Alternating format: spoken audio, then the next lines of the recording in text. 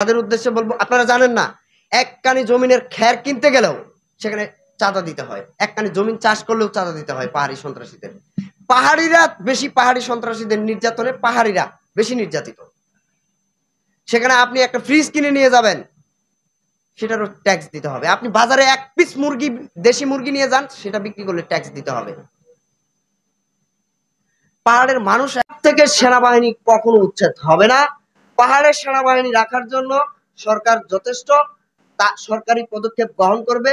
এবং আমি একটি কথা আজকের এই সমাবেশ থেকে বলতে চাই, আর সেনাবাহিনীর উপরে যদি কোনো পাহাড়ি একটা হাত তুলে, সেনাবাহিনীকে কিভাবে মারধর করা হচ্ছে, সেনা বিডিআরকে কিভাবে হেনস্থ করা হচ্ছে, লাঠি দিয়ে চাকমা পাহাড়ি সন্ত্রাসী বাহিনীরা ভিতরের গভীর ভিতরে পাহাড়ে লাঠি দিয়ে বাঁশ দিয়ে সেনাবাহিনীকে আক্রমণ করা হচ্ছে, যদি আজকের পর থেকে আর কোনো পাহাড়ি সেনাবাহিনীর উপরে একটা আঘাত করবে, আমরা কিন্তু সেটা বাঙালিরা বরদাস্ত করব না।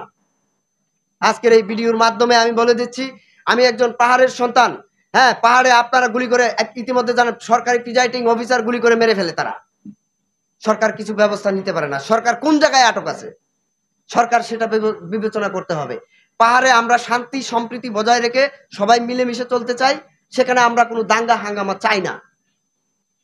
আমি বাঙালি ছাত্র পরিষদ ও পাহাড়ের যত সংগঠন আছে, পাহাড়ি ছাত্র পরিষদ, বাঙালি ছাত্র পরিষদ, সকলের উদ্দেশ্যে বলতে চাই, আপনারা যারা এখানে দাঙ্গা সৃষ্টি করতেছে তাদেরকে দমন করুন। আপনাদের সহযোগিতায়, প্রশাসনের সহযোগিতায় আমরা পাহাড়ি বাঙালি মিলেমিশে থাকতে চাই। তারপরেও আরেকটা কথা বলতে চাই, আপনারা যে স্বপ্ন দেখছেন পাহাড় থেকে সেনাবাহিনী উচ্ছেদ, প্রয়োজনে আপনারা পাহাড় ছেড়ে উচ্ছেদ হয়ে যাবেন, সেনাবাহিনী উচ্ছেদ হবে না। আমি স্পষ্ট আকারে কথাটা বলে দিচ্ছি।